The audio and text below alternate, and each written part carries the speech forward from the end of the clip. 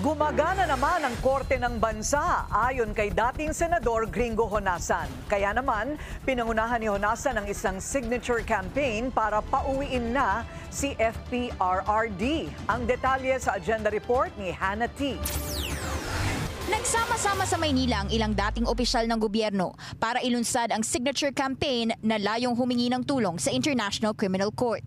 Gusto nilang pabalikin sa Pilipinas si dating Pangulong Rodrigo Duterte na hinaharap ang kasong Crimes Against Humanity sa ICC.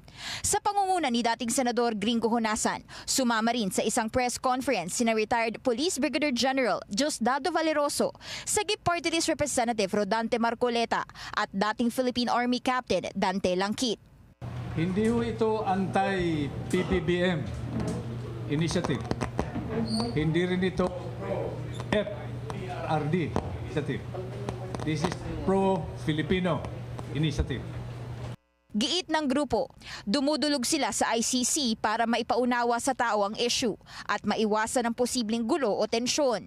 Naggumagana ang mga korte natin, buhay at malakas yung ating pamamaraan para magbigay ng hustisya sa bawat Pilipino.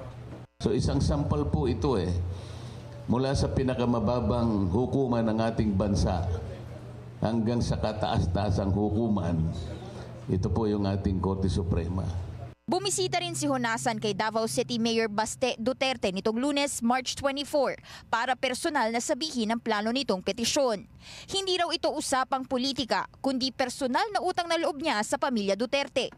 Noon kasi, kinupkup daw ni Duterte ang anak niya habang nagtatago siya bilang rebelde.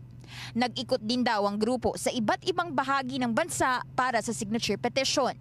Sang-ayon din naman daw sa ICC rules ang ginagawa nilang kampanya. Ang ginawa namin, magtanong kami, sino ang gusto ng gulo? Wala namang nagtaas ng kamay. Hindi naman makikialam ang palasyo sa petisyon dahil malaya raw ang sinuman na ipagtanggol ang dating Pangulo. Dagdag ng Malacanang, wala silang responsibilidad sa ICC kaya nasa mga taga-suporta na raw ni Duterte ang diskarte. Payo pa ni Palace Press Officer Attorney Claire Castro, makipag-ugnayan ng grupo sa legal team ni Duterte dahil baka hindi raw ito pansinin ng ICC. Para sa agenda, Hannah T, Bilyonaryo News Channel.